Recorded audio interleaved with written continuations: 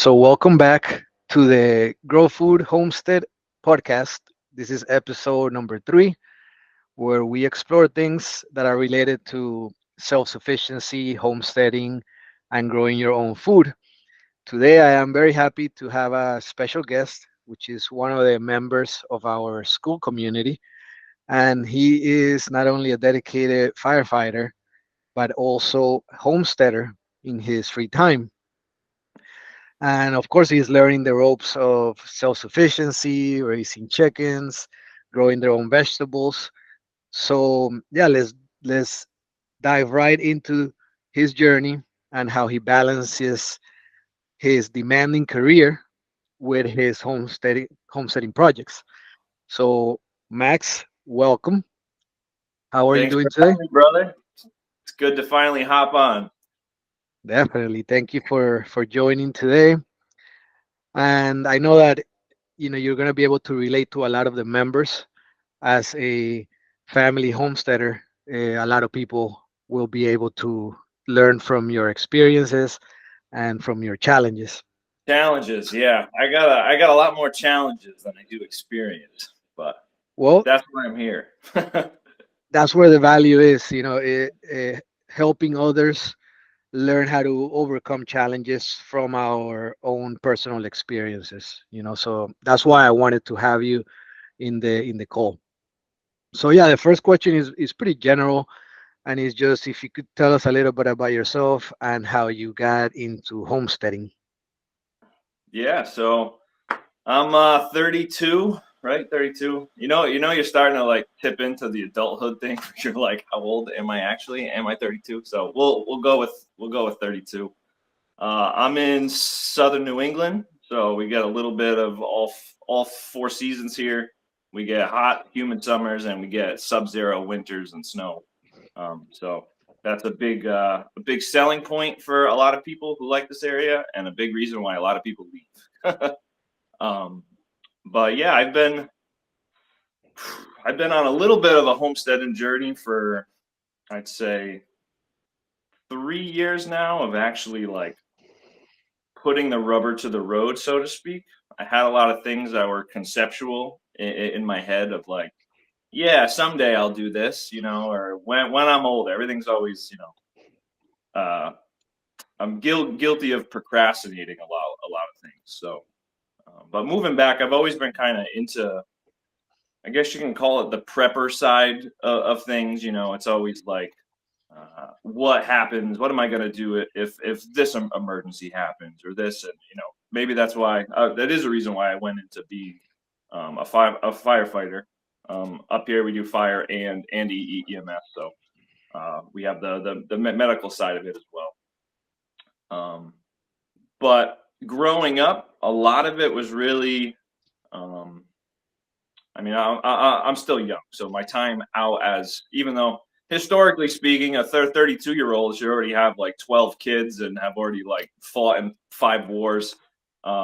Me, me and my wife just bought our house a couple years ago. So that's probably still something we can talk about. Is a lot of the experience that we probably should have at this stage of the game we don't have, right? So we're trying to play catch up on things.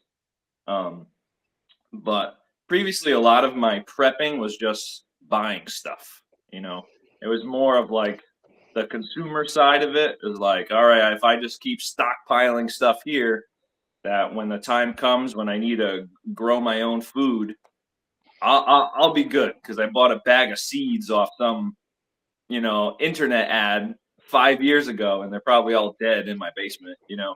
Um, but the problem is, then once you get out and you start doing stuff, you're like, I really don't know what I'm doing. Like, I got to start reading books. I got to start filling my downtime with trying to learn the theories and the methodology about what I'm actually doing, as opposed to kicking that can down the road. Someday I'll figure it out. Now I'm here, and it's time to figure it out. So I'm trying my best. Yeah, definitely. No, That is a great intro, man. I mean, so many things you mentioned really stood out, and it seems like a lot of people get into homesteading when they first got into prepping or into, hey, something might have happened, a natural event, or they're just worried about, the state of the economy or some type of society um, event happened, and then they started trying to prepare for it, and they realized, hey, it leads you to homesteading, which is the same way to me. That's how I got into growing food, which it was actually after 2020 is when I realized, hey, supply chain disruptions are a really big thing, but is how you mentioned, once you realize how much you really have to learn to actually be uh, have a production and actually be able to have a harvest, then you realize, oh man, I gotta start now, because if I wait until the emergency happens, it's gonna be too late by then. It's a Right. big learning curve. But what I always say is, even though it's a large learning curve and it takes a lot of effort and discipline, it is not complicated or hard. It just you have to know the basics. Once you know the basics, you Right. put in the work, anybody could do it really. Right. And you did mention that also that's how you got into firefighting and the EMS part. And as a firefighter, did that have anything to do? Did it inspire you in any way to pursue that self-sufficient lifestyle with your family? Um, well, similar to you, like 2020 was really the time when I took things out of the conceptual of like, yeah, this might happen someday. Whatever side of the coin you fall on with a lot of these issues, the reality is that there was supply chain issues, there was food quality issues, there were all of that stuff. So the reality is there that tougher times, so to speak, are here.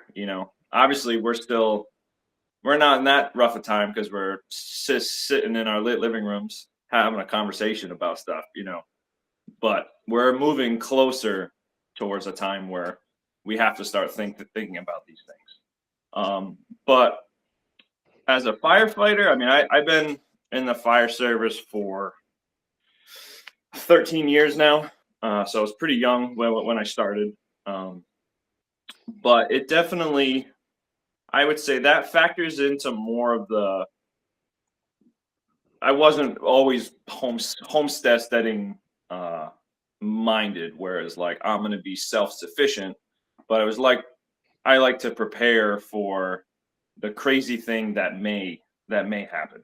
So that's one thing I think that firefighters, really anyone in like the military, law enforcement, etc., healthcare, ERs, you see a side of reality that a lot of people are not exposed to, for good and bad. But it definitely exposes you to the frailty of life and the fact that a lot of things do hang by a string, right? Like at the snap of your fingers, I've seen people's lives change. Like so you witness a lot of these things, um, where a lot of them could be avoided, right? So you can't, and that's we'll go into that later about some things you just can't prepare for, and that's where uh, me and you have something in common that grounds us.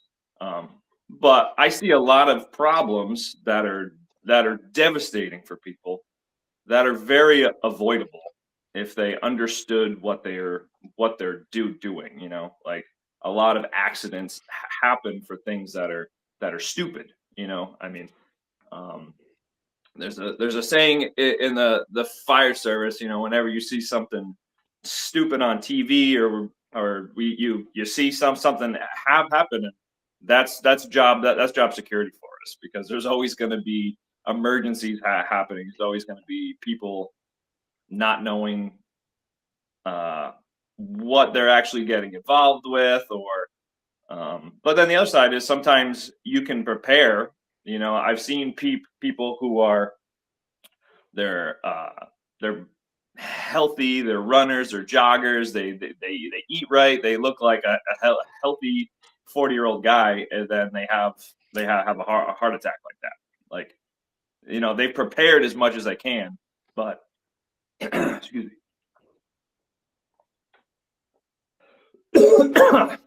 That's another part of being a firefighter. Your lungs fall apart on you.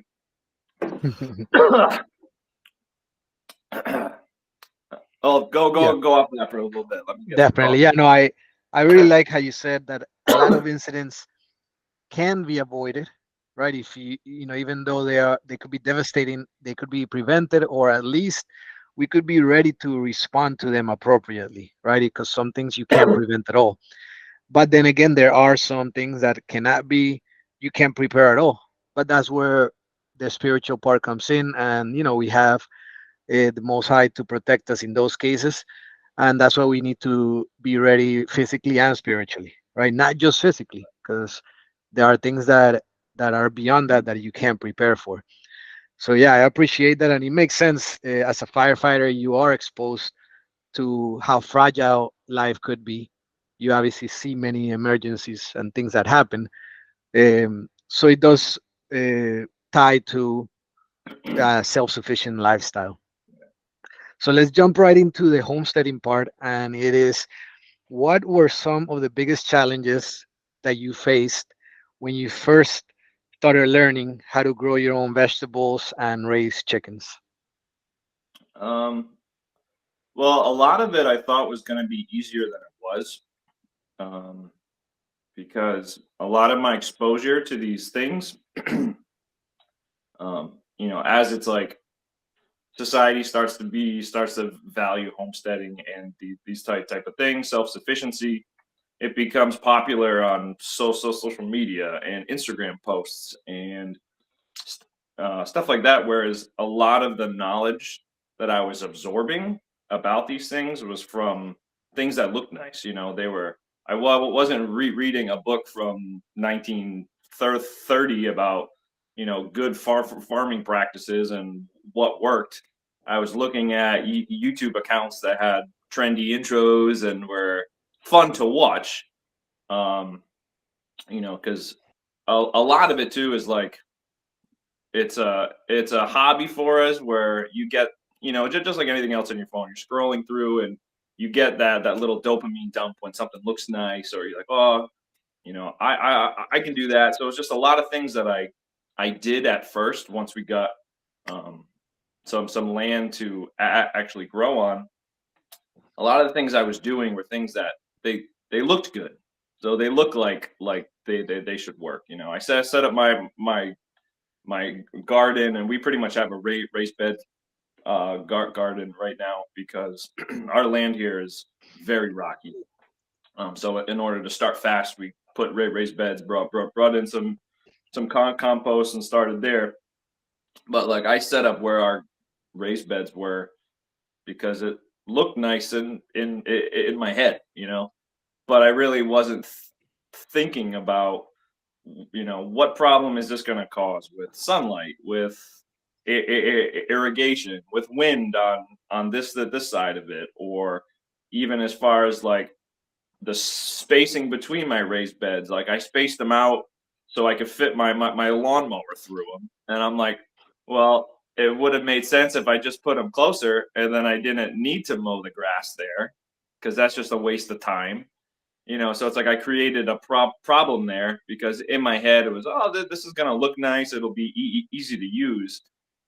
um, but a lot of little things I did like that created problems for me um, moving forward, where I've already kind of established something. I built raised beds where they are, though those are going to be hard to move. So it's like moving forward, I learned from that little mistake that I made, which I can apply elsewhere.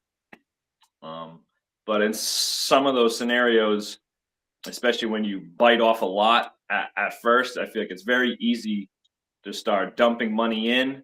Um, oh, did I lose you? No. you start dumping money into these things, um, and you're kind of financially committed to sticking to this. Um, Sorry, I lost my train of thought. I thought I muted No, everything. My no, my wife that's basically completely hit my fine. phone. You've mentioned a lot of great things, because when first starting out, you want to tackle every project that you have in mind, and you want to grow all the food for your family, but it's not realistic, right? There is a learning curve, and if not designed properly, prior to starting, then you can make a lot of mistakes. And things that you mentioned are so key, right? The sunlight, the irrigation, wind, space between the raised beds. It's all things that you learned through trial and error, right? Right. But that doesn't mean that others have to make the same mistakes. This is Right. why Yeah. these sort of platforms are good, so that people learn from our mistakes, because time is short, as we mentioned earlier. So the more that we could save in both time and money, then the closer we will be to those homesteading goals and food security for our families that we would like to achieve.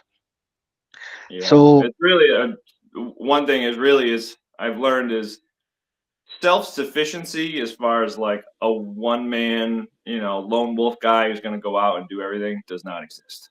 nope, It's a fake idea. Um, and even if somehow you manage to do it, you're going to be miserable. Um, we are and really, social this whole beings. yeah, right. So there's a community aspect of this, even if you're not working with neighbors in your area, you're working within your own community, which starts in your own home, in your own family, and it really is um, kind of like when I know you don't have children yet, but we have our daughter. One thing we always heard from people was it takes a village, to raise a child. Um, and really, once you get dropped into being a parent, it's similar. There's so many parallels: gardening, parenting, everything. That's the way. That's the way Definitely, That's the way God made things, right? There's a lot of things that teach us very core principles. Um, 100%. right, Definitely, yeah. I mean, there are so many things that relate agriculturally to community and to family with scripture. And yeah, I completely agree that the whole lone wolf thing, it doesn't work. I mean, we need others, and not only that, but as you mentioned, we need that social part, and to have joy, right? To have love and all of that. So definitely, we can't disregard that side of it. right. Let me ask you, did you have any prior knowledge of farming, or was this completely new to you when you started? My idea of farming or gardening was very um, 21st century industrial revolution version of if I'm gonna garden, I'm gonna go to Lowe's and I'm gonna I'm gonna buy bags of soil there and I'm gonna put that in. I'm gonna pick seeds off the shelf and I'll plant the seeds and then I'll water it and I'll get vegetables. And then next year I'll do it all over again where I'm gonna go and buy stuff. A lot of it is based on buying stuff. And you have to buy the right soil that has the right fertilizer because your seeds are genetically modified to respond to certain things. And it was very uh, my foundation of gardening was very simple, but it was rooted in the wrong thing. You know, and growing up, I mean, my family had a little garden area in our house. It was a hobby garden, off the side of our house that had tomatoes and, yeah, and cucumbers, and that was really it. Um, but the idea of actually like starting something, even starting from seed, I feel like growing up, a lot of the things we bought were plants that we would go and buy that were already started. Um, and it was just very based on like I need to buy this stuff in order to make it work. And it's like, oh, there was really no thought into having like using the land right, using rainwater the right way to water things, using the sun. You know, it was the area our garden was in got no sun. You know, it was just there really was no forethought into it. But it was Mm, also just something that was a fun hobby, more or less, for my dad than it was a thought of I'm gonna provide food for myself and my family with this. You know. definitely. Yeah, I think that that is two major aspects of the online community when it comes to growing food or homesteading. A lot of people is either a hobby, and you hit on that a little bit earlier when you mentioned the beautiful post, right? It is very easy to fall into the comparison game when you see all these big accounts online that have these beautiful gardens, but then they took years to get to that. Right. So uh, a lot of people do it for as a hobby, and then some people do it as in, hey, I want to be able to feed my family. I think we could have a little bit of both. Um, and the forethought is so important, right? And I'm similar to you in the sense that when I first started, I would just buy things, buy the seeds or buy the plants, the soil, the fertilizer. So again, it takes time for you to learn so that you don't have to input as much, Right. and you could create your own inputs, right? You could create your own fertilizer, you could create your own soil. How you mentioned, use irrigation methods, water harvesting, all of that. And then especially with seeds is the most important part, right? Because once you actually start learning, then you save your seeds and you no longer have to buy them forever. So Yeah. that's such a good skill to have. But we were never at least I was never taught that. It was always like, oh, let's just go buy seeds.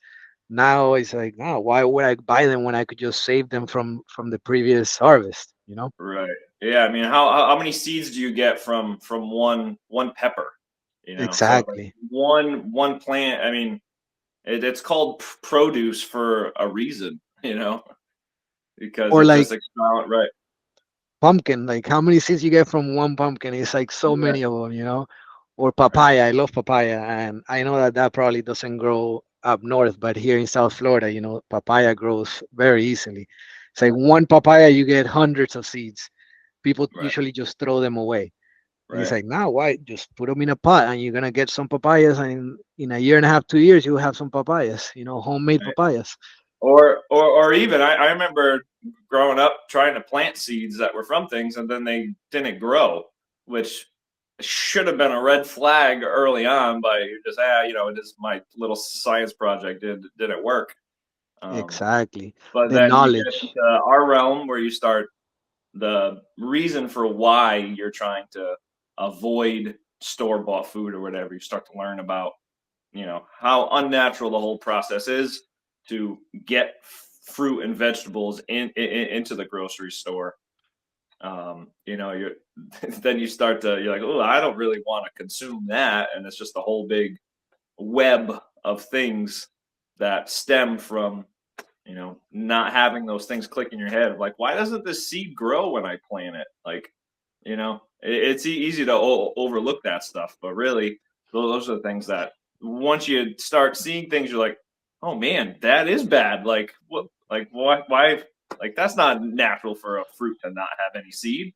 Like that wouldn't last Exactly. out in the wild, right? Why do I think if I eat that I'm gonna last? Exactly. So many things come to mind when from what you just mentioned, and knowledge is such a big thing. And Jesus said that my people will perish for lack of knowledge.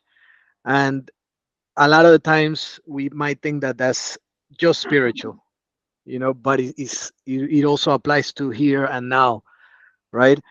Right, Uh, with the whole seeds, uh, it's not just any seed.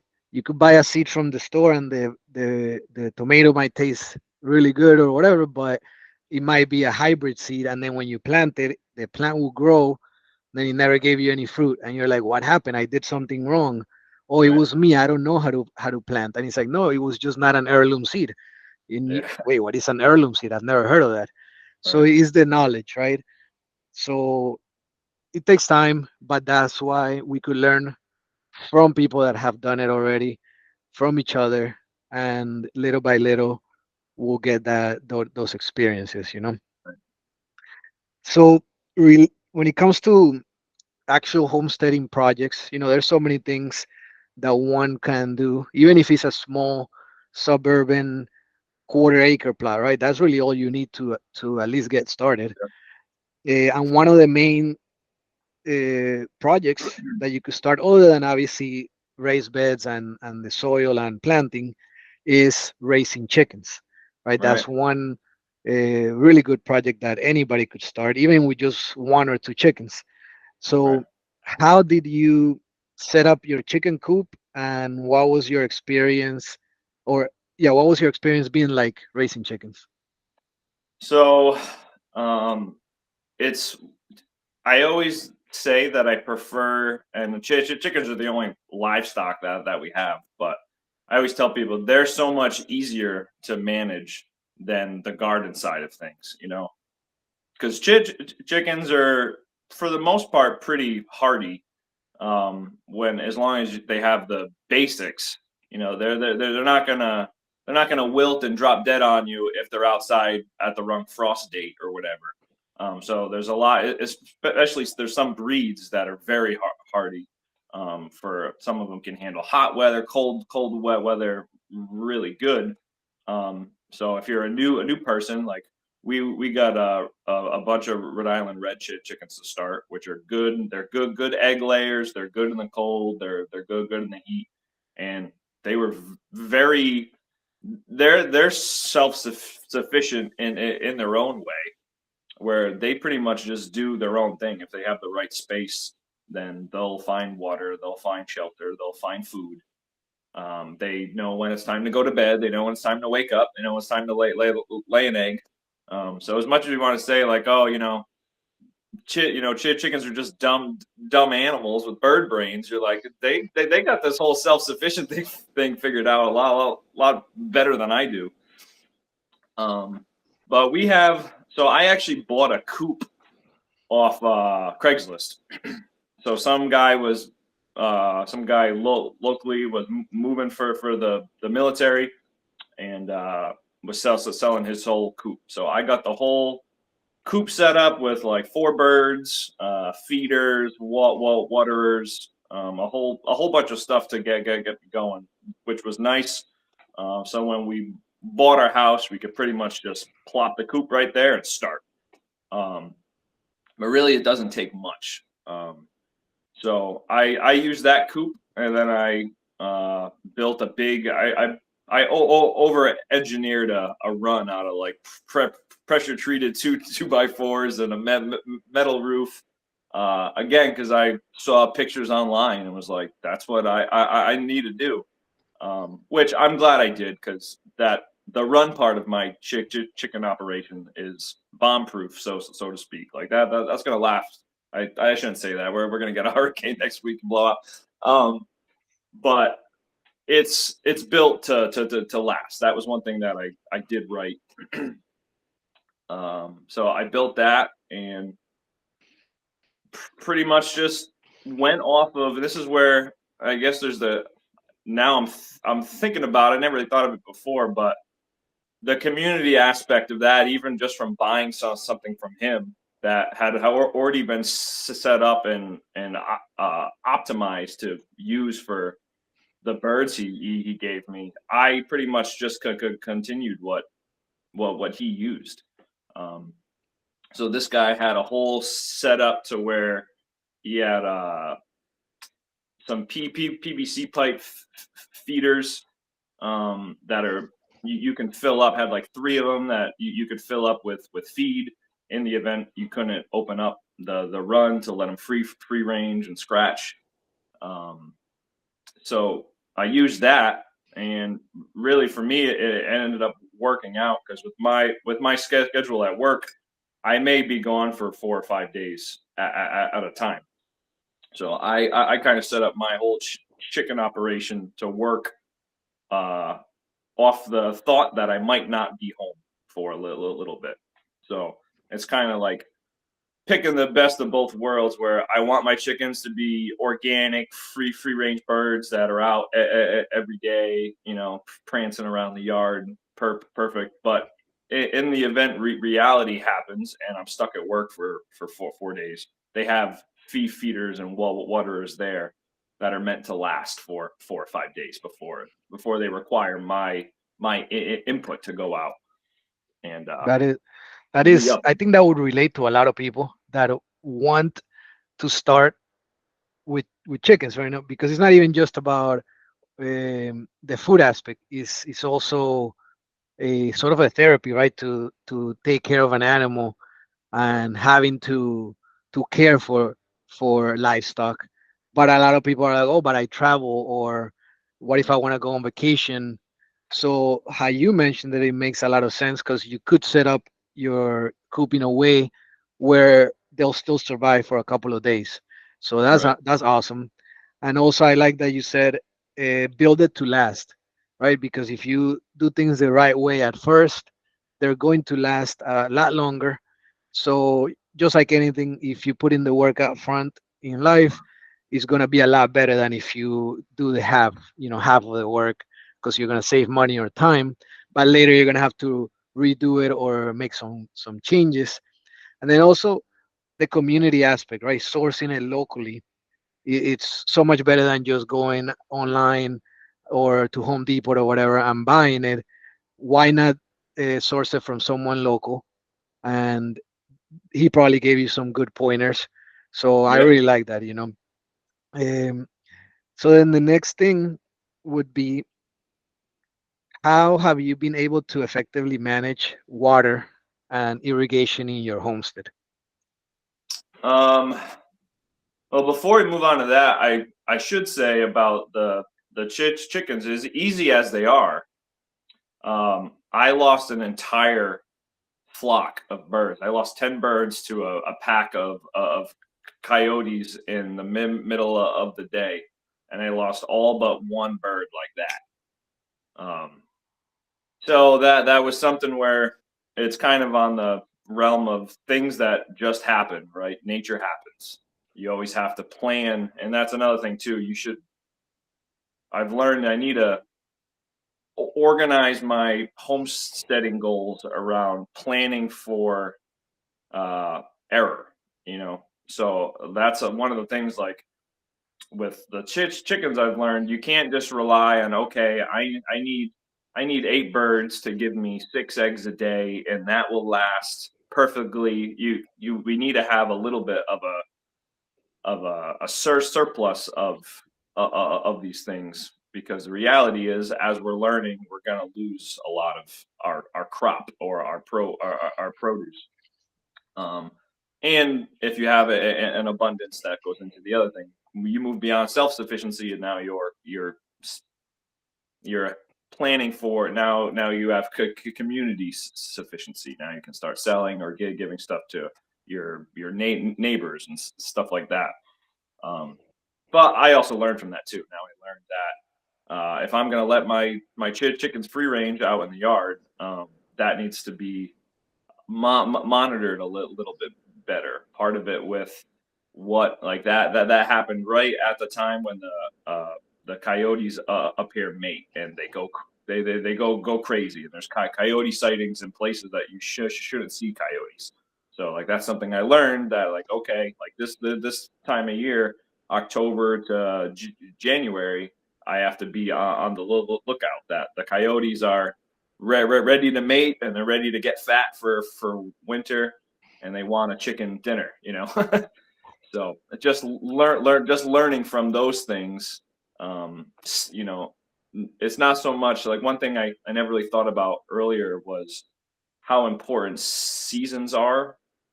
And really goes into my own life with just, there's a season for everything, right? Hmm. um that's been, you're right. That's been put in place again for another thing to teach us so many things. But I've learned a lot more than you start to see bigger picture rather than just, all right, my garden is something I plant in the spring and it goes until the early fall and it's done. But then you start to see other things. You start to see the other livestock in the animals, because self-sufficiency isn't just a summertime thing, right? It's not just when your crop grows. It's everything else. Um, So so many things to unpack, man. It's like yeah, that the of things that you mentioned that I really like hearing because yeah, I mean you have to plan for things to go wrong. It's just a part of life in any project that you start, but it's technically not really failure. It's just a step in the process of success, but it's really the mindset that we have, right? If we from the beginning we know that that's going to happen, then when it does happen we are not discouraged. We just know, hey, this is what it can happen, and we were already ready for it. Also, the seasons part is so true, and that's why it is awesome to start growing your own food, even if it's in a small scale, because then a lot of different Bible verses, uh, you start seeing them in a different perspective. right. So it's so true, right? Like how you mentioned, there is a season for everything, and I smiled because it reminded me of the verse, right? There's a season for this, a season for that, and Yeah, it's so true. But Ecclesiastes, you right? only see that in practice. Go ahead. Right. Sorry to. No, that was pretty it. That was pretty much it. And then your other question was about water. Yeah, the question was, how have you been able to effectively manage water and irrigation for your homestead?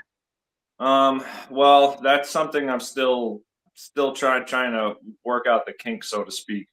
Because we're on a well here, and we have a very deep well. It's like 275 feet.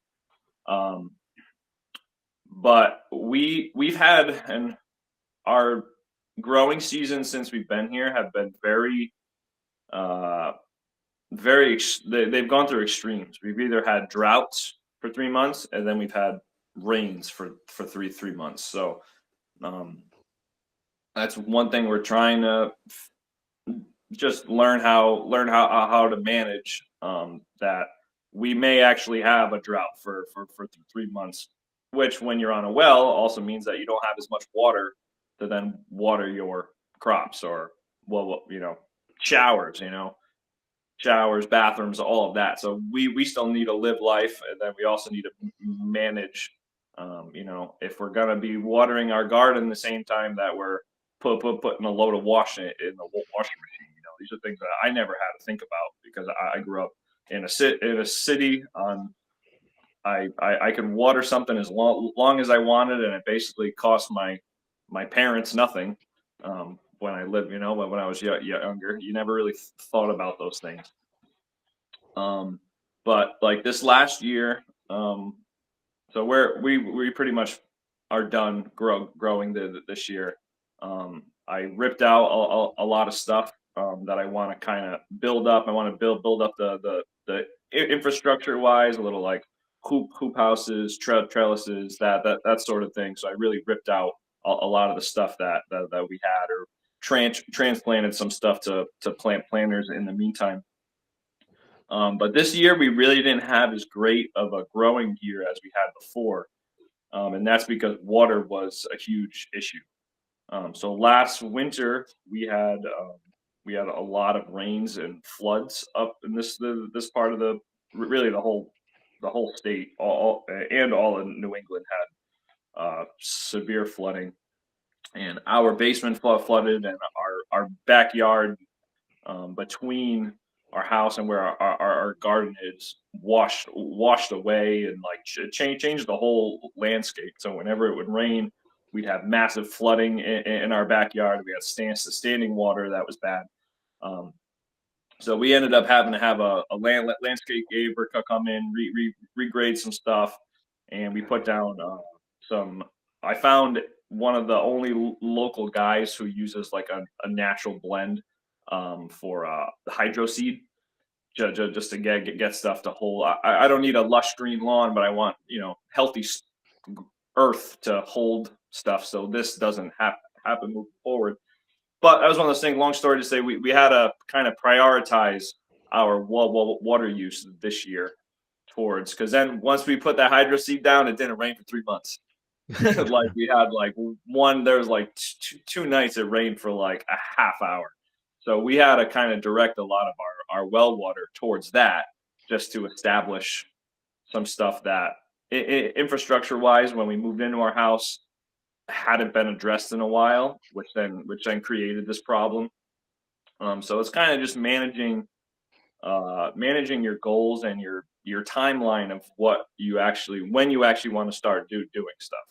So like the whole reason we're growing food here or trying to is because we're planning towards the day when the grocery stores don't have as much food, or even now they don't have the food that we think is worth eating. Um, so this is one of those years where and we can talk about this later, about balancing work and we're working in your garden. We were able to work more and make more. We were able to direct our efforts elsewhere. So then next year, when work probably we won't have as much work, and me and my wife's jobs, we can focus that more on the garden.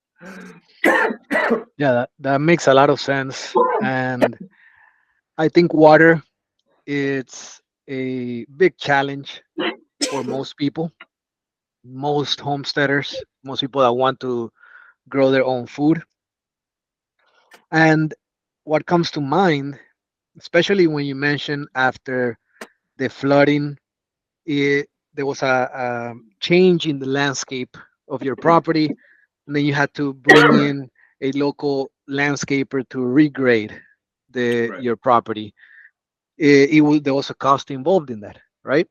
And where I'm going is, a lot of the times when people are trying to start homesteading or start growing their own food, they want to save as much money as possible, right? Oh, I don't want to spend any money, as much as I can. It, but sometimes it's better to make that initial investment in maybe hiring a designer or a professional landscaper to set up things in the right way, especially when it comes to water, right? Because the sunlight, I think most people could, hey, what is this, the path of the sun in my place? Or the soil, you could do some research and somehow fix your soil with many methods that there are online that you could learn. But when it comes to water management and irrigation, it's not that simple. There are a lot of methods, but they're complicated to implement, and they can be very costly. So if you do a proper design prior to starting and incorporate how you're going to manage water, then it's going to save you a lot of headaches in the future, a lot of money, and then it's going to help your garden thrive a lot more. And also, I like what you mentioned, to prioritize, right? Hey, maybe this season of life, I'm going to garden a little bit less because I'm going to save a little bit more money. And then the next season, I'm going to be able to garden more. So we need to sometimes be realistic, be honest with ourselves, and just prioritize, right? Like, hey, maybe I can't start with such a large garden now, but it's okay because this is the plan. And I think always looking ahead, always doing things in the long run, right? Like not wanting immediate results, but the long run, right? Oh, let's say I want to get in shape and I want to start working out. It's not about losing a bunch of weight in 3 weeks. It's Right. about The just, lifestyle. it's about the lifestyle of eating healthy, being active. And if you do that just as a lifestyle, then after a year, you're going to be in a such better place. So I think being able to prioritize is such an important thing. Now, when it comes to managing your garden and keeping track of, for example, what seeds to plant, when to sow the seeds, when to transplant them to the ground if you started them indoors, and when to harvest them. All that information, at least when I first started, was very overwhelming. Yeah, for Not sure. knowing where Really. to go. Even though there's a lot of information online, there's too much information and then you sometimes don't even know where to start. Right. So how did you decide which crops to grow and how to organize your garden schedule to track your crops? Well, that was one of those things where when we first started, we bought a bunch of non-GMO heirloom seeds and planted stuff, and we started in seed trays with a little greenhouse, and things grew, and then we planted them, and then a lot of things we didn't plant, like in the right season or the right. We planted them before the frost, too far, and then we had things that looked good, and then they died. Um, and the other thing was the stuff we were growing, we realized we're like, why are we growing this stuff? This isn't what we like to eat. Uh, so it was a little bit of a trial and error there to be like, yeah, we don't really need to grow all of these things that we think we want. Like one of the things is like we were like, we're gonna start selling our own pickles and whatnot. We're gonna can stuff. And then it was like we ended up with like 700 jars of pickles. It was like I got a lot of pickles to eat when the shelves run dry, but I don't want to eat that many pickles. So it was a lot of things like that, and just and some of it is just figuring out what you do like. I mean, the food that you grow tastes different than the food that you buy, Hmm. especially with lettuces and greens. Like a lot of things like are either too bitter for what you think you're going to use it for, and when you're trying not to take a whole bunch of store bought salad dressing to drown out the taste of your food, it's like you start to realize just the things that you do like, and then part of that too is if you don't harvest things appropriately, or you plant the wrong, say like lettuce or something, the wrong time of year, you learn, all right, if I plant this too far in the summer, it's going to bolt to seed, and then it's going to taste bitter. And there's just a whole bunch of things like that where, again, understanding the seasons is so important, and realizing that when we were made, we're not necessarily made to eat food that's grown on the other side of the world outside of its season or whatever.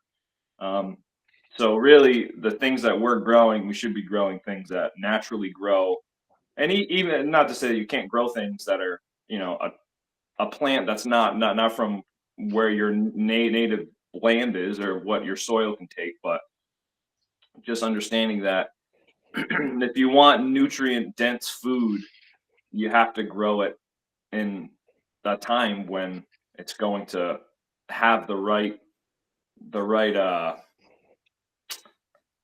environment to actually produce what's healthy for you and taste good. Definitely. That it reminds me of what we were saying earlier that, not being a lone wolf, not necessarily, oh, I'm going to grow everything that I'm going to eat, is really plant. If someone wants to start growing their own food, start with what you like. Right. So why grow something that you don't like? You're going to have all this produce that you don't even want to eat. So that is a key thing. If you want to start, you start with something that you like. Also, if we do have that community aspect, then someone else is going to grow something else, then we could maybe trade. Hey, I have a bunch of pickles and you have a bunch of tomatoes. Why don't we trade? So it's really starting little by little, and how you said, trial and error. And I think it's definitely key understanding the seasons. In your case, you do have all four seasons. I'm in South Florida where it's warm pretty much the entire year, but again, there are still seasons. So to Right. really learn that and understand it, then we know what grows well in our area based on the climate and at the right time.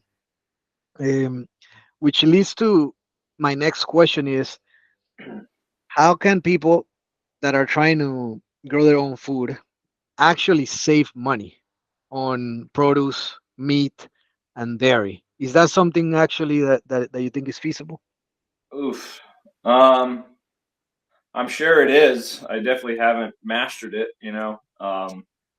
But it's one of those things where when you first start, just to establish the infrastructure to start farming or growing a garden or raising livestock, like that takes a lot of money. You know, there's a lot of capital that's involved in getting started, especially nowadays. You know, to go and build the chicken run I built 3 years ago would probably be probably be 33% more now to build. You know,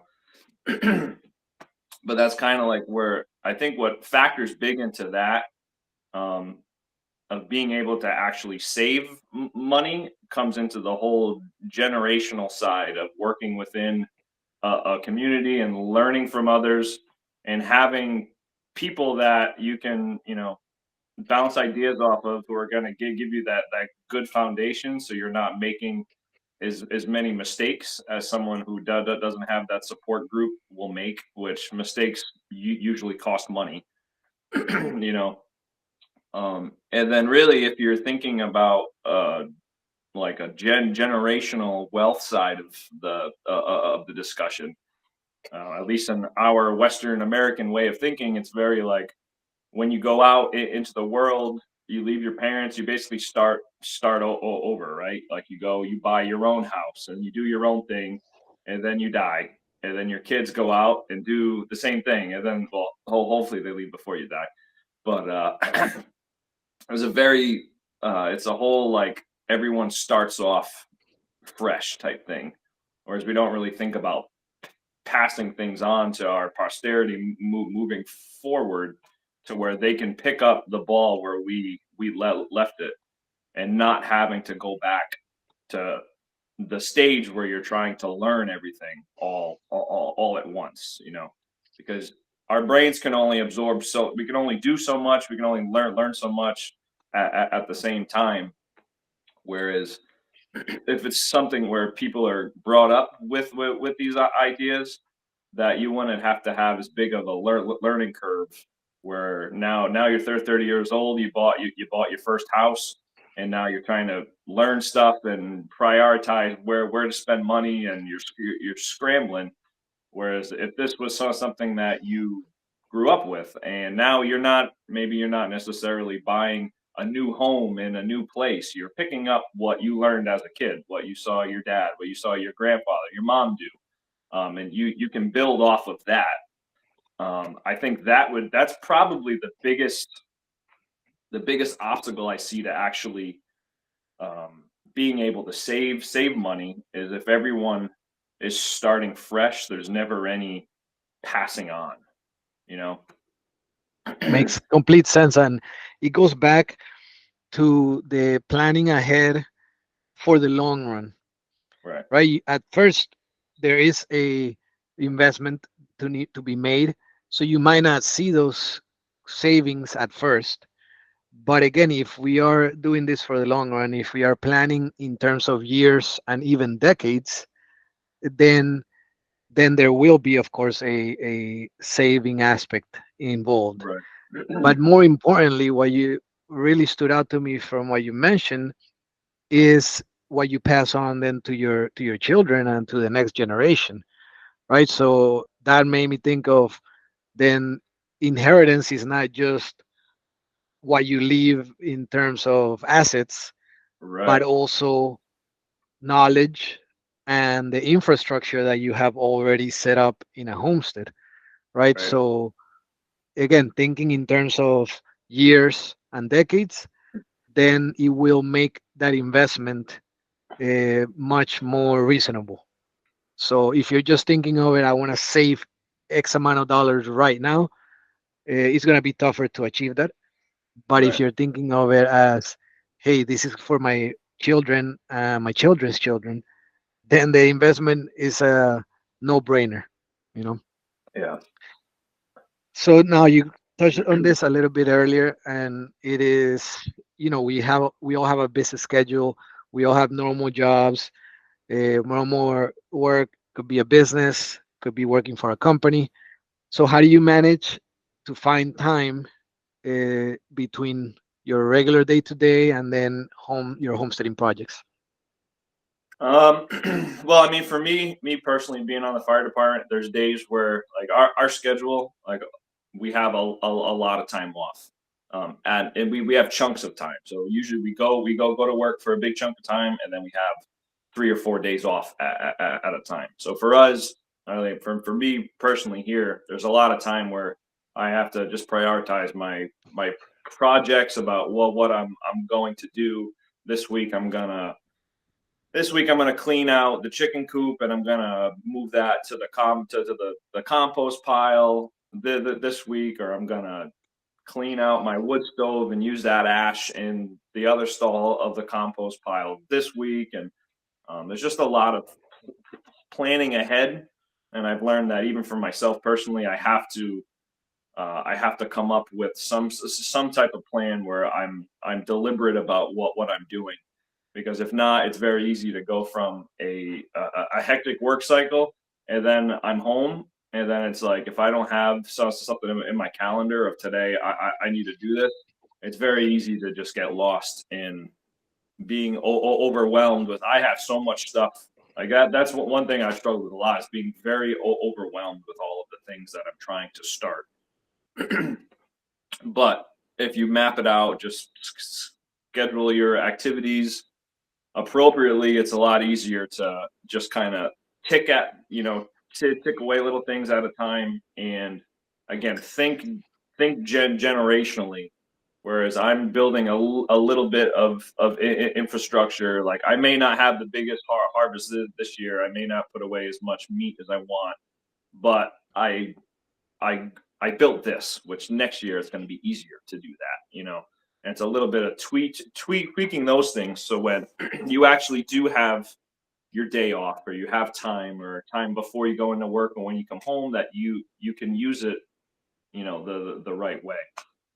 Um, but with me too, I mean, my wife works right now as well.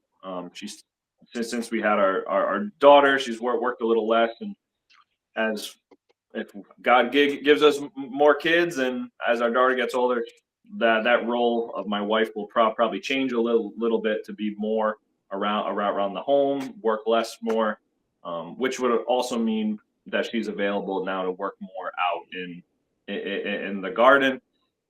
And the best thing is our daughter.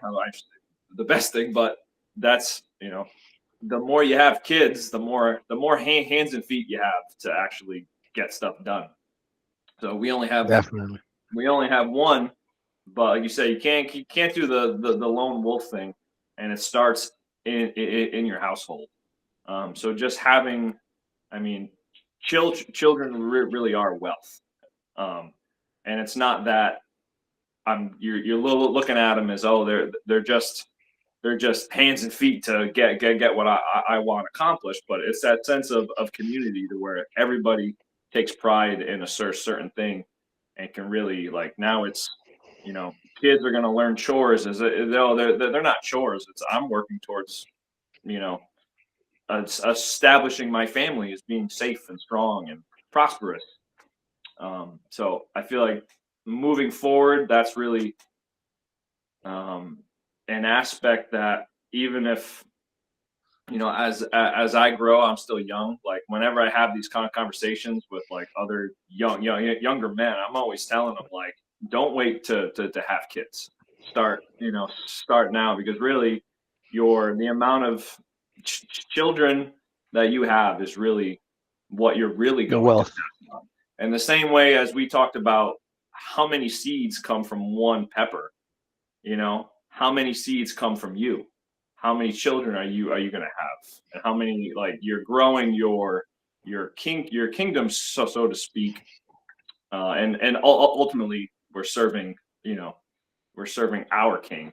But you're growing the kingdom there, to where again, it's back to that generational understanding of passing things along and learning from, the experience of my father, so I don't make the same mistakes. Um, Definitely. Yeah, I think it's having it's learning to prioritize and having the right priorities, right? Because you could prioritize the wrong things, and family and children, it's the actual wealth in life, right? And if something is important to you, then you will find the time for it, because uh, we all have to learn how to manage our times better, and that's why we're planning ahead is really key. And I don't know who said this, but I know it's a famous quote that is, if you fail to plan, then you are planning to fail.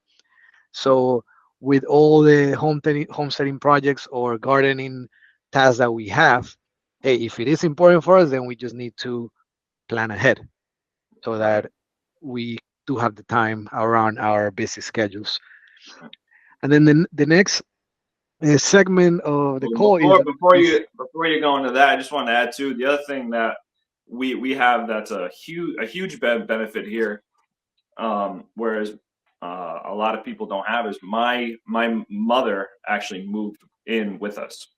So 2020, me and my wife were still living with my mom. We had a little in-law apartment there, and then me and my wife moved out and bought our own house. And really being able to stay home with my mom and have minimal expenses. Really, my mom and my dad passed away around the same time, but my mom was able to kind of pass on that. It was more of a generational thing of, um, it wasn't just, oh, you're 18 now, you guys go and do your own things. And my mom sacrificed a little bit of her own wealth and profit to have me and my wife live there, save money, buy our own house. Me and my wife try to live like as debt free as possible, and my mom doing that really helped us get a lot closer to that goal. But we bought our house, and then my mom sold her thing, and she ended up moving here, and we built and basically a whole house attached to our house for my mom to live here. And then we kind of switched roles. So I did that later in life. I was 30, 29. Um, but I was like, I grew up, and now I kind of took the role of, now I'm looking after, and again, now I'm honoring my mother and father by doing this, so to speak. Now generationally, and again, kind of as all seasons work, there's a time for life and there's a time for death, right? So as my mom, that's more morbid to say, but as my mom goes through her seasons of life and gets older, we're going to be able to help that. But in the meantime, my mom is in great health. Praise God. My mom helps here, so now we have another asset to our little community here. So my mom is able to put in a lot of work in our garden. As she moves away from the workforce, she has more time for stuff like this, and helping raise my daughter and my children someday. And then now we've kind of we've set the framework to where now, again, God willing, as me and my wife get older, we're gonna move into the spot where my mom was, and we're able to pass what we have here to our children and keep. Now we've, and it's just a little kind of glimpse at what that whole generational side of things could be. Whereas we stop moving away from the idea of like, oh, I'm gonna live here, move, we're all gonna scatter, our children are all gonna scatter, and we'll call each other up. But no, we're actually establishing like a tribe here, our team. Like, we have a very team mindset. It's not my mom's house over there and my house over here. It's our family, right? So that's really definitely. good. Yeah, that's such a That blessing. And is awesome that I really should have mentioned that early on, because that's worked for us so great.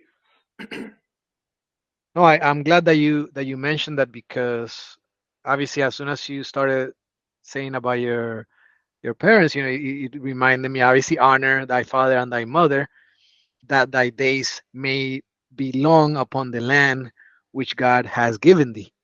So it's like, is this, I think we keep coming back to this whole concept during this call of generations, right? Uh, and, God is faithful to 1,000 generations, to those who are faithful to Him. And one of the ways is by honoring our father and our mother, right? So, awesome. I love that you mentioned that, because in today's society, people are sometimes, rushed to have their own life and then forget about their parents. But that's not what we're called to do, right? We are called to take care of the elderly once they need our help, Right, and then it would happen to us as we get older. right. So I love that, man. Definitely. Um, so then the next, as I mentioned, subject that I wanted to talk about is around food security. Um, why do you think it is important to secure your own food supply, especially in today's world? Well, I think at this point, even your people who don't really think about these ideas of like what could go wrong, I think people are they're inundated with so much information about what goes wrong in the world. We don't watch the news, but whenever you see it, it's just always doom and gloom, right? So I think a lot of people are, even like I said, your people that don't really think about these issues, they're still wanting that. They still want that security. They want to know their food is gonna be good. Now, the way they go about it, they might be asking the wrong people to provide that's the security moving forward, right? Whether that be the government or X, Y, and Z, um, or they a lot of people take what's available for granted. They don't really realize like kind of just the frailty of the whole thing.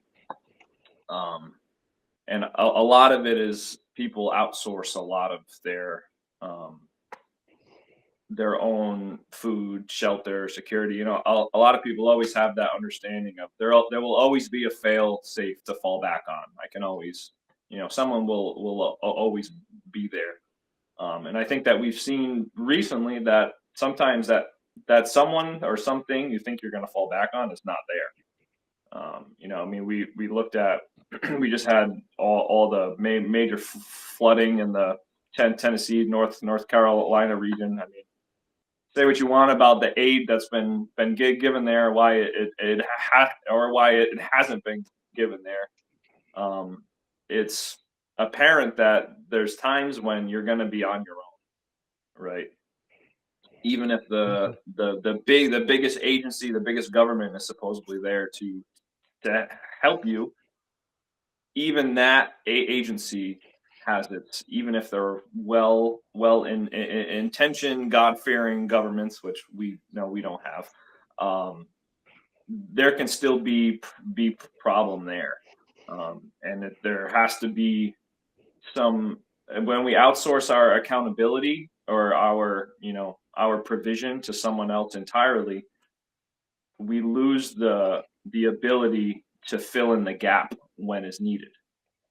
So there's a lot of like all of the help that's being provided for down in those areas right now is other people from the community or surrounding communities who have a lot of the people have the forethought of these things. A lot of people are more invested in securing their own food or supplies.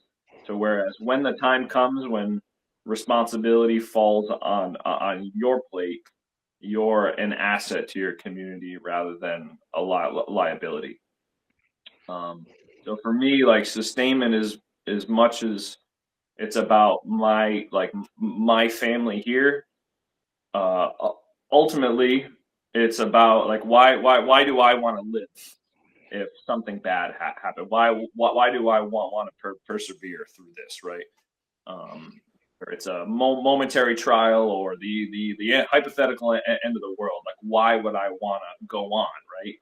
Um, and I think that is really it's so important to understand what our role is. You know, it's like I want to have health and prosperity here and sustenance in my home. So when those times happen and everyone's tree is shaked, so to speak, and they're looking for answers and truth, that my family will be able to provide that for people. So my neighbors who are not really, I don't think I have any believers around me that I'm aware of that we've introduced to.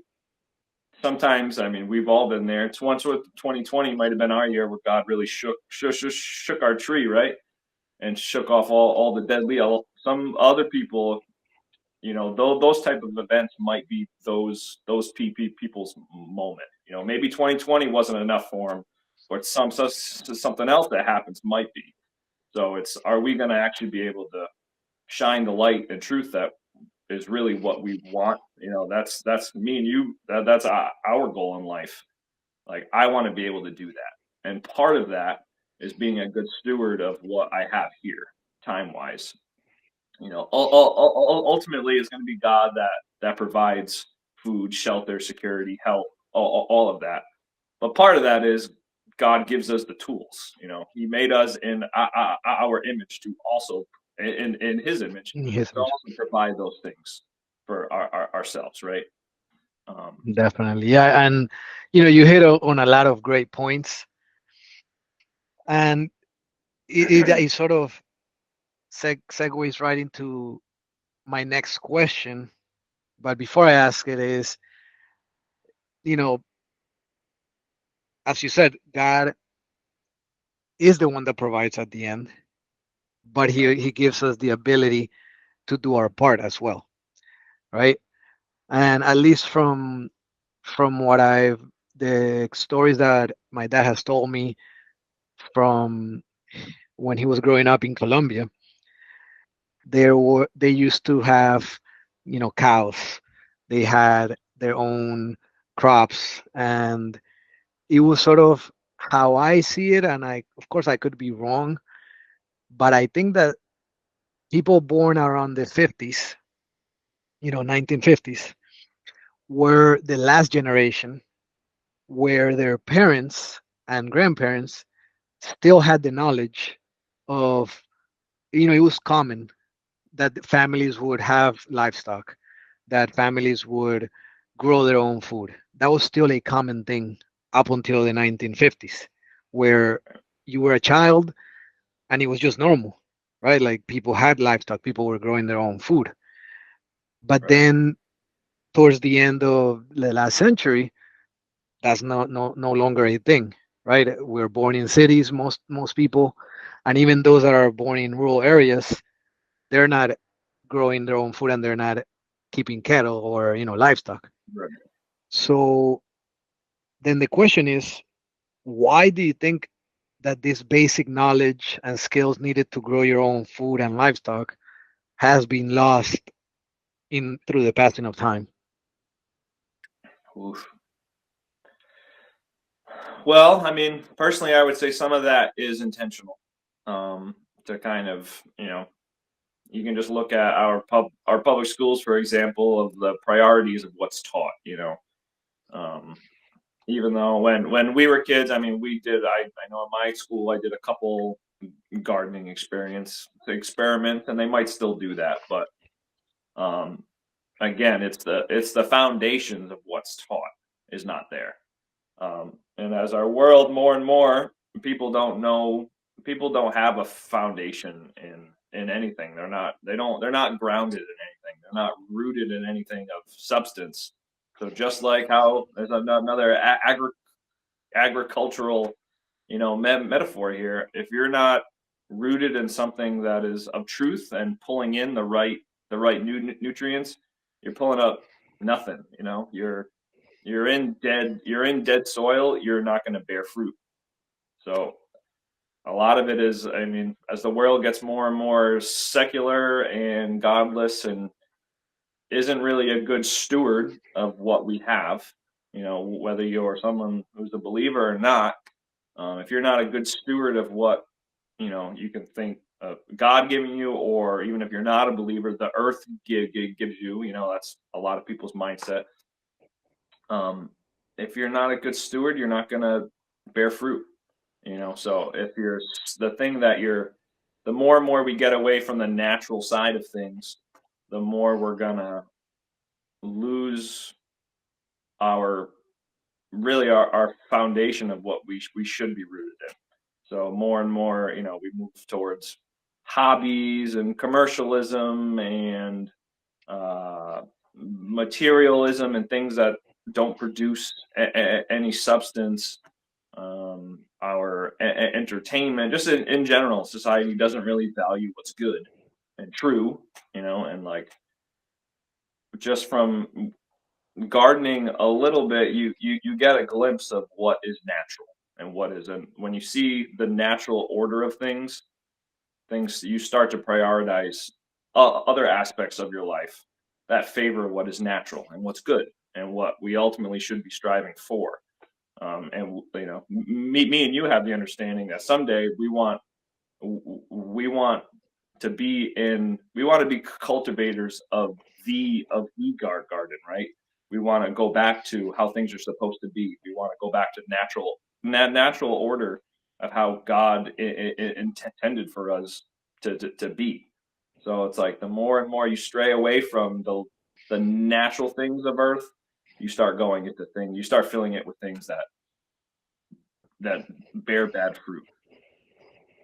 Technological things usually. The more we Oh steer yeah. away from nature and things that take a lot of effort, then the more that we go to technology, things that just bring comfort and dopamine hits, but don't really bear any fruit or help us in any way. Because of course there is a lot of knowledge that you could gain from online, but a lot of the times that knowledge is never applied. So then, did you actually learn something? Because you could absorb all the information, but if you don't change your behavior or apply it in some way, then you technically didn't really learn anything. You just consumed the information, and it was really just entertainment. Right. But as you mentioned, if you're not a good steward, then you won't bear fruit, and that is on a natural sense, of course. Um, if you're not a good steward, then you're not gonna know how to grow the food. You're not gonna harvest it, and I think how you mentioned that it's intentional. I agree in a way. Now we agree to it, like it's not like it's forced because the information is out there, right? But we have in a way been programmed through the school systems, and then to be dependent on those supply chains, right? That we know the food is always going to be in the grocery store, or that hey, I'm always going to have a roof over my head, regardless, right? Right. So then people have lost the fact that hey, life is fragile, how you mentioned at the beginning of the call. So let me learn as much as I can and do as much as I can so that I could be a good steward and then bear fruit in a natural sense, of course. But then that also segues into a spiritual sense, right? Because if you're not really being a good steward naturally and bearing fruit naturally, harvesting and having things of nature that help you live a better life, you're most likely going to be the same spiritually, you know? Right. And it actually segues into the next topic that I wanted to discuss, which was, you know, how our faith impacts our homesteading. And, we of course are brothers in Jesus Christ and Torah observant. Um, so can you share a little bit about how your faith observing the seventh day Sabbath and the biblical appointed feast has influenced your homesteading journey? Yeah, it's all really coincided at the same time. The way God operates is a mystery to us, right? But we know that His timing is perfect. And really, the couple of years, a lot of the seeds that have been planted in the different aspects of my life were kind of brought into season and really flourished with one another. So you mentioned being believers and being like the Torah observant side of Christianity, where for people that may not know, or people who believe that the whole Bible, beginning to end, is relevant for believers in Jesus, the Messiah, Yeshua, as me and you call him, right? Whatever. That the whole book is relevant for us. So a lot of Christianity thinks, well, the beginning half of the book is, the foundation is kind of, it's it's outdated and antiquated, and it really doesn't apply to us. Maybe we can learn some stuff from it, but a lot of it is just kind of put into like those are just nice stories or metaphors for us to learn towards. But as really this whole, I mean, 2020 was my year too, where things started to, light bulbs started to turn on, where I started to see the value in a lot of the Bible that I didn't for most of my life. And a lot of it was not necessarily I thought it was bad, but I didn't think it applied to me, so I glossed over a lot of stuff. Because when you do read it at surface level, there's a lot of things that don't apply to us today in a non-agricultural society. Or I don't understand why. I'm not someone who owns a bull. Like this commandment that I read here in Leviticus doesn't apply. Like, it's just old. But then the more, God really started to reveal to me that, we always are told that, God's the same yesterday, today, and tomorrow, but a lot of believers don't actually believe that. They believe that God is a different God. God changes mind on a lot of things. And then when you realize, you start to dig into all these things, you see the value in them.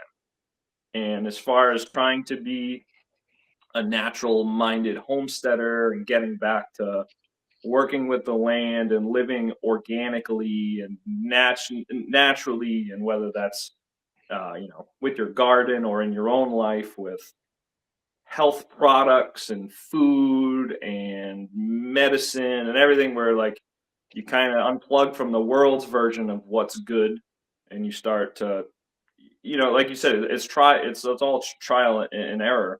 At some point you start to see that what the world offers doesn't produce good fruit, right? It's always making you like food. We eat food that makes us feel sick, and we take medicine that then makes us sick, and then it causes another problem, and everything doesn't have a good end. It's a weird cycle of failure and error.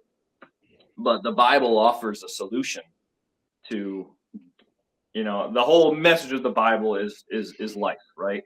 So when you start to see the whole scheme of things, and you, like in my own personal life, I was seeing all these things that are natural, that are good, that society as a whole doesn't really embrace, and you're kind of considered a whack job or a conspiracy theorist to believe that, no, I don't need X, Y, and Z medicine to feel good. Maybe just the plants I have that I can grow in my backyard will do the same thing for me.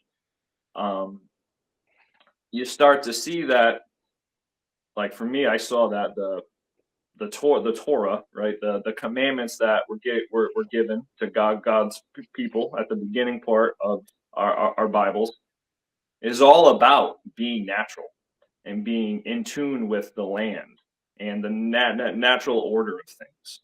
And seasons are a huge part of that.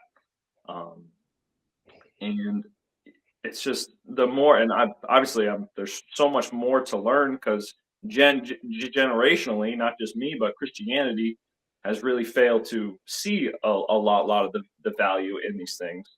So kind of like when we were talking about gardening, and we're kind of unlearning some of the lies, so to speak, or we're setting a good foundation. Now we actually have a good foundation to go For sure. And man, I really I really love many of the things that you said. And to be honest, we could do a complete new episode just on these topics, to. Right. because it's so there's so much death depth. Have a hard time saying it in the correlation between commandments and the Bible with the agricultural practices and homesteading, right? Right. So in reality, we could really talk about this for a very long time. But one thing that you said that really stood out is, and then I looked it up real quick, in Hebrews, the New Testament, Hebrews chapter 13, verse 8, and it says Jesus Christ is the same yesterday and today and forever. And we know Jesus is the Word, right? And the Word became flesh. That was in the Right. beginning, right? In the beginning, God spoke and everything was created, right? So um, it just goes to show that it, there is so many correlations that we should give it study. We should, hey, study to show yourself approved, right? And a lot of people maybe haven't made the correlation between growing food, homesteading, self-sufficiency, and the instructions that we have been given in the Bible. So I think that that could be a great way to maybe in the future bring you back, and we could really just dial into that, right? Like Right. not too much of the homesteading natural side, but how the instructions and commandments that we've been given, because the commandments are not grievous to us, right? They're for No. our benefit.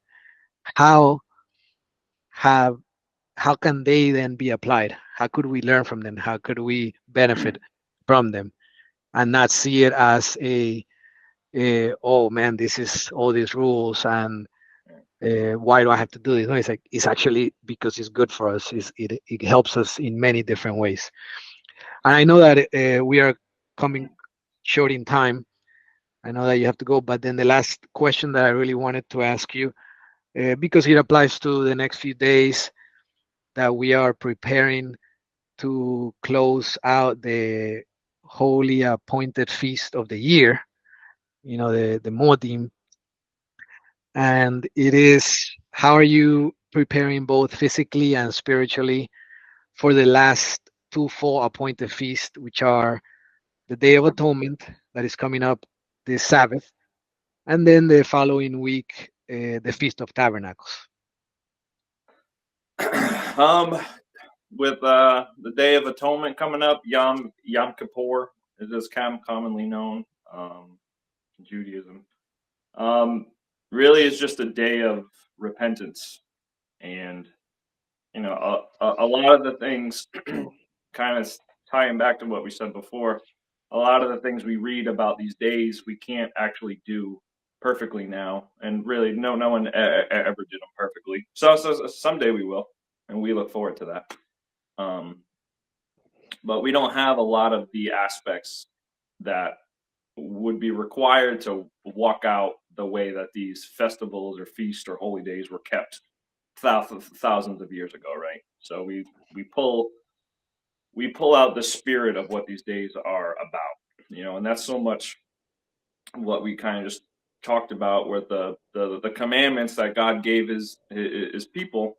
Um, there's the letter of what these things say. It says do X, Y, and Z, and then there's the spiritual application of that. Like one thing I mentioned before was, like, I read the thing. It was like, oh, if you have a bull, blah blah blah blah. And I'm like, I don't own cattle. I don't have a bull. But like the Torah and I want to say Leviticus talks about, like, if your one of your beasts, one of your bulls kills another person's bull, how to make restitution, or if one of your animals hurts somebody else, how to make restitution there. And that's all about, like, we can look at those things and say, well, that's all old, like that doesn't apply to me. But really it does. We can apply the spirit of that law to our day-to-day life. So you might not own a bull, but say your dog goes and bites somebody else's dog. You know, how am I gonna make restitution to that person? How am I gonna pay for their dog's medical bills? How am I gonna make it up to them or whatever? And really, it's all about. I mean, like, the Torah hangs on. You know, Jesus himself said all the Torah hangs on can be summed up in two commandments: to love the Lord your God with all your heart, soul, and mind, and to love your neighbor as yourself. So a lot of this, really, it's all, if you love your neighbor as yourself, that's loving God, because you're doing what God told us to do, and how our faith is supposed to work. But a lot of it is about the community side.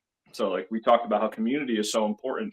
A lot of these things talk about how to look out for your neighbor, how to deal with the things that might arise within a community, whether that's selling land or selling produce, trading, working together. All of those things are there, and the wording might have been written to people thousands of years ago. So the specifics, we can say, oh, they don't apply to me, but really we haven't changed that much as a human race, right? We really haven't changed that much. We still have the same problems of how to deal with our families, our neighbors, our societies, our governments. All of that is the same. You know, we have a modern version of it, but at its core, it's the same.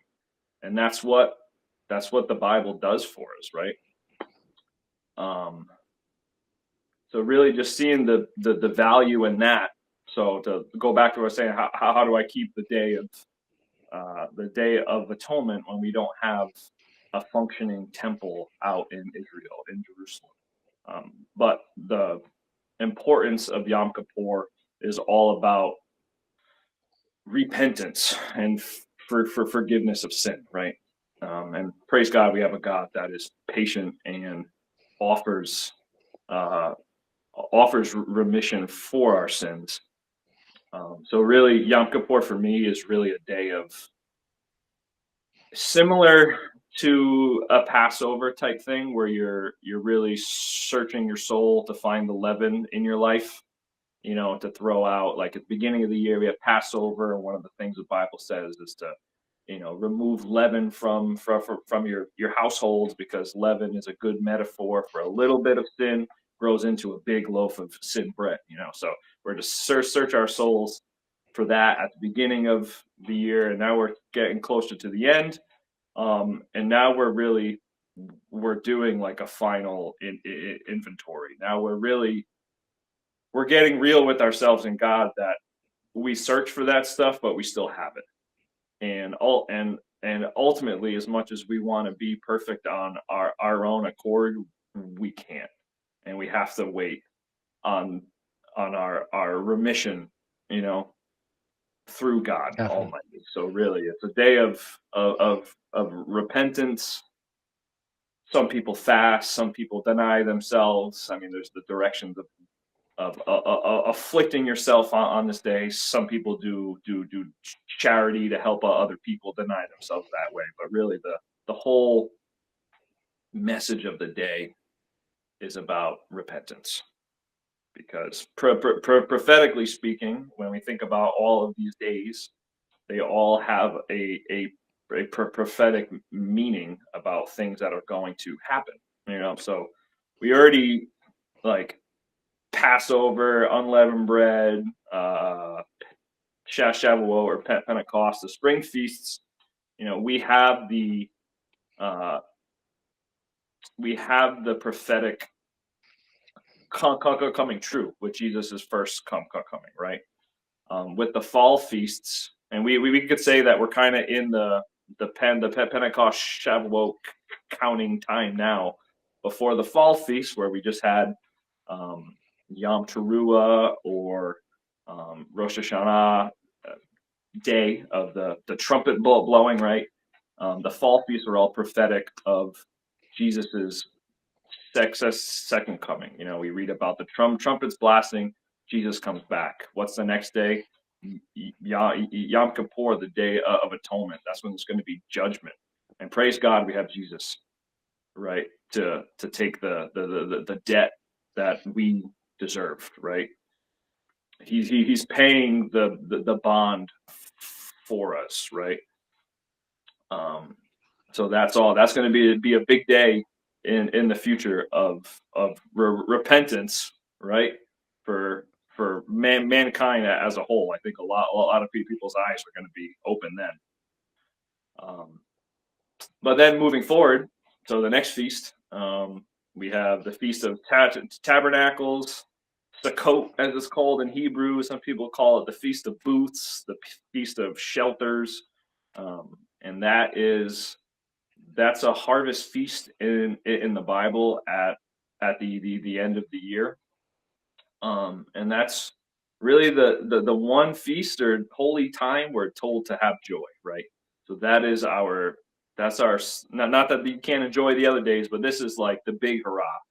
This is the big celebration, because ultimately what this symbolizes is Jesus coming back and dwelling with us, right?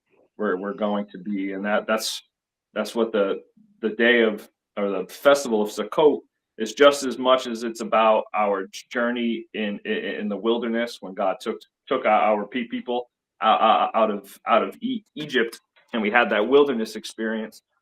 It's as much about Jesus coming and dwelling with us, right? And then at the end of the feast, of the 7-day feast, it's a week, but really there's the eighth day, right? Which is when now we're entering into a time which is all reminiscent of the garden that we are trying to get back to. That is the end. That's the final culmination, when our tears are going to be wiped away from our eyes, and death is going to be no more, and there's going to be a new heaven, a new earth established, and God's law is going to be written on our hearts, and everyone is going to know that Yahweh is God, and all of our, it says we won't have to tell our neighbors about God, because everyone's going to know Him and serve Him. So the eighth day of Sukkot, you really have your day, you have your week in the wilderness, and that's prophetically speaking of the millennial reign to come, when Jesus is going to come back, set up His kingdom, squares all away, and then on the eighth day is what we all look forward to. Ultimately, that's why we're doing this, right? We're getting back to what's natural. We're getting back to the truth. We're rooting in something good. We want to produce the best fruit, the good fruit. We don't want death. We don't want bugs eating our crop. We don't want plants dying, and floods coming, and everything that we have. And God lets those things happen to us for a purpose. But ultimately, we're going to get back to that garden. So, for how we're going to do it, I mean, my family's going to be, we're staying home this year. We have our own little tent that we put up. We're going to have some people over some of the days, have a cookout, camp in our backyard, have a good time. But spiritually, we're really just going to observe these days in a desire for what we have to come, which is why we can homestead as much as we want. We can try to eat organically, non-GMO, all of that stuff. But now we just take, we're enjoying the promise that we have, that someday we're gonna be restored to the ultimate life, right? Man, I really Get love excited. your Get replies. excited just talking about it, right? Exactly, and I really love. everything that you said. Again, we could keep talking about this, and I really love that you'll be willing in the future to come back so we could really dive into this, because you gave the listeners a brief intro on the holy appointed feast. And I would love to in the future in more detail explain how you said is a prophetic meaning of things to come, right? Each feast has a meaning of some, and the last three specifically of things that haven't happened yet, twice, right? It hasn't happened in the Old Testament, but it hasn't happened the last three again. So I think that that knowledge, going back to, hey, knowledge is what we need to gain and apply it. A lot of people don't know about them, right? Because we weren't taught growing up Right. about this feast. We were taught about celebrating holidays, but not the feast. But I think if not everybody, of course, only those who have ears to hear and eyes to see, and that the Most High is, giving them the discernment. But if they had the knowledge of how these feasts are actually a prophetic of things to come, then they would Right. maybe understand it and decide, hey, why not keep them their feast? Like it's joyful times, right? And then how you said the harvest, right? The Feast of Tabernacles, and how at the end of time it's going to be a harvest, and it's how many verses aren't that are in the Bible that explains that. So Right. why wouldn't we practice now? Like that's what we're doing. We're practicing on Yeah, we're what's practicing. going to happen. Like it's going to happen because it's written. Why not practice for it while we're being obedient, while we're having joy, while we're enjoying ourselves with our families, but also we're keeping the Right. commandments, and then we'll be restored, and then we'll be harvested, right? So anyways, man, it's been awesome having you today. Before I do the closing remarks, do you have anything else that you would like to close with? No, Okay. that's pretty much it. I appreciate you having me on. Sorry for coughing fits and the dry throat. I guess I don't talk to people this much. This is probably more And more talking I've done in a long time. So, no, man, um, I really appreciate you taking your time, obviously, in your busy schedule. So I want to really thank you for that, for sharing your homesteading and faith journey with us today. And it's really awesome to see how your passion for homesteading also aligns deeply with your commitment to your faith and to your family. And I know that for everyone that tunes in, whether they are new to homesteading or looking for ways to integrate um, their faith into their lifestyle and into homesteading, there's something that they will be able to learn from this call. And then finally, I just want to invite anybody that is watching to join our Grow Food Homestead community in the school.com platform, where we basically strive to teach and help people and learn from each other about growing food, homesteading, um, self sufficiency, and even how we could save money and make money with planting, farming, and working the land. So, again, Max, thank you very much. And thank you, everyone, for listening. Don't forget to tune in next time for more great tips and insights on growing food and homesteading.